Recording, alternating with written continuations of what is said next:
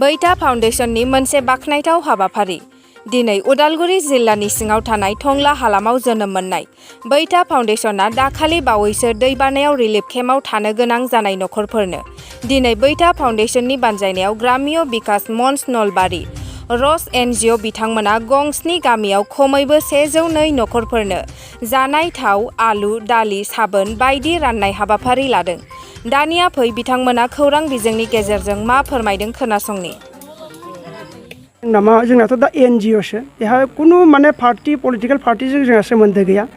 जाखिनि जों बहाय अनसुंथाइ रानदों बेफोर फैसाखौ जों माने गुबुननिफ्राय जायफ्रा मास्टार मावो जोंनि गेजेरावबो गोबाङानो दा साख्रि फिसा बिला मास्टारफोर मावदों बिसोरनि पकेटनि फैसाखौनो जोंनो दिनै अनसुंथाइ राननो थाखाय होदों।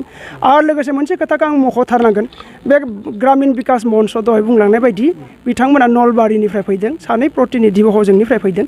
बिथांमोना जोंनो 20,000 रां हरदों, अनसुंथाइ हरदों। बैफोर फैसाखौनो दिनै जों बहाय बाहायजोबदों, प्लास जोंनि पकेटनिबो जों थाइसे थाइनै जाखिनि हागौ बेखौ जोङो होनानै दिनै बे अनसुंथाइखौ हयथ' जों बयनोबो होजोबनो हायाखै, नाथाय जों बे दाबथाम गामियाव जों 100 जनहै बिदि लानानै जों बेखौ फिसा बिला जाखिनि हायो जों बे अनसुंथाइखौ राननाय जादों। नलबाৰী জিলাৰ পৰা আহিছোঁ, গ্ৰাম্য বিকাশ মঞ্চ স্বেচ্ছাসেৱী অনুষ্ঠানৰ পৰা। ইয়াত আমাক সহযোগ আগবঢ়াইছে বৈঠা ফাউণ্ডেশ্যন আৰু ৰ'জ অৰ্গেনাইজেশ্যনৰ ফালৰ পৰা।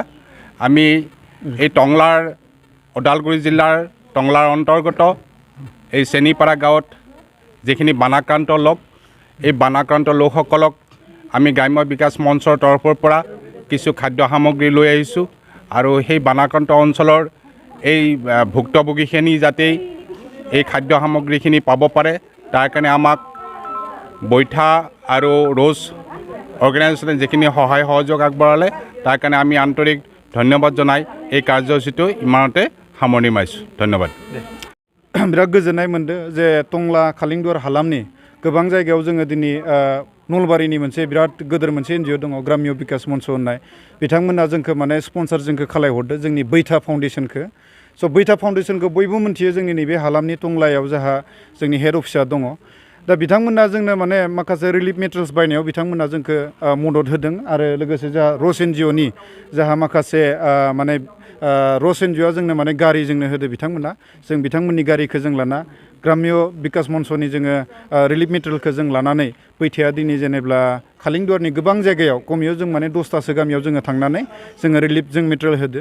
नंगौ जोङो बयनोबो जों होजोबनो हाया, नाथाय बिनि गेजेरावनो जायफोरा माने थालांनाय दङ, जायफोरा आरो जेनेब्ला हाजिरा मावनायनिबो नैबे मोनसे थासारियाव गैथ'वा, बिथांमोनखौसो जोङो सायख'नानै होदो।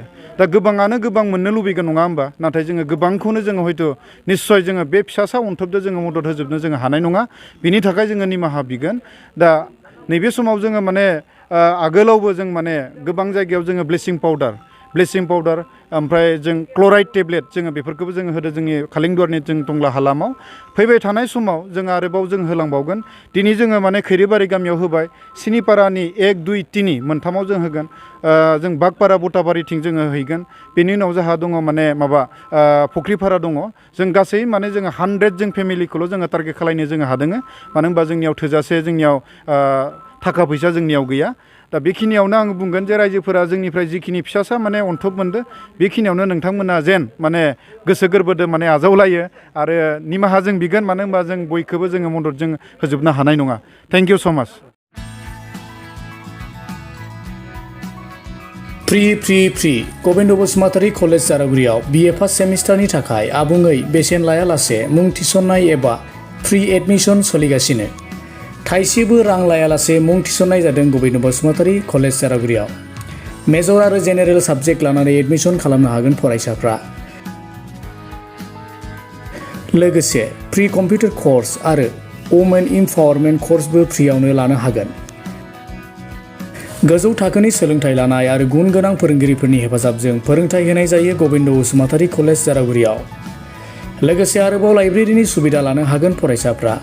अब्ला मानोथो नेबाय थाखो? आबुङै मोनथिनो आरो बेसेन होआलासे एबा फ्रियावनो एडमिशन खालामनो थाखाय दानो कल खालामदो 9706680878 7002271929 9957059235